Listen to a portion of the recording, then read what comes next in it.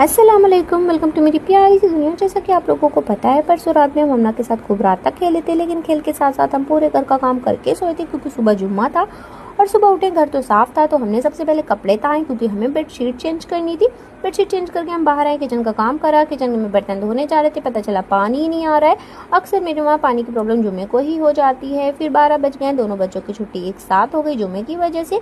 जब भी मेरे बच्चे स्कूल से घर आते हैं तो तीनों बच्चे एक साथ नहाने चले जाते हैं। कल भी ऐसे ही हुआ और हम इन लोगों को बताना भूल गए कि पानी तो आ ही नहीं रहा है। फिर मेरे बच्चों ने जैसे तैसे थोड़े बहुत पानी में मैनेज किया। किसी ने भी शैम्पू नहीं किया, कोई भी फ्रेश लग ही नहीं रहा था। और सुबह ही हमने इन लोगों को खूब अच्छे से ऑयल किया था कि अभी तो नहाना है, अभी तो शैम्पू करना है, लेकिन सब गड़बड़ हो गया। हम लोगों ने ऐसे गंदे गंदे नमाज पढ़ी। गंदे नहीं थे, पाक साफ थे, लेकिन फिर भी नहाओ तो फ्रेशनेस की बात ही अलग होती है।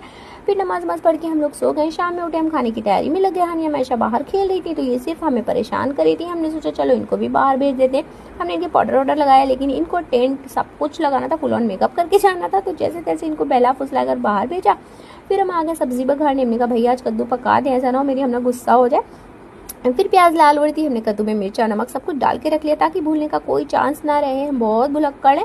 अमिया होती तो अमिया भी इसी में काट लेते, लेकिन अमिया का तो सीजन ही ना। फिर इसको बघारा, सीटी लगा के फिर हम आ गए आटा गूंदने। चावल चढ़ाया एक तरफ, लेकिन खटास के लिए कुछ तो यूज़ करना था, तो हमने नींबू का यूज़ करा। इधर मेरी मायशा का भी खाना पक गया क्योंकि उनकी मुन्नी जो थी हम ना छोटी सी, वो भूखी थी, तो इन्होंने भी फटाफट खाना पकाया अपना।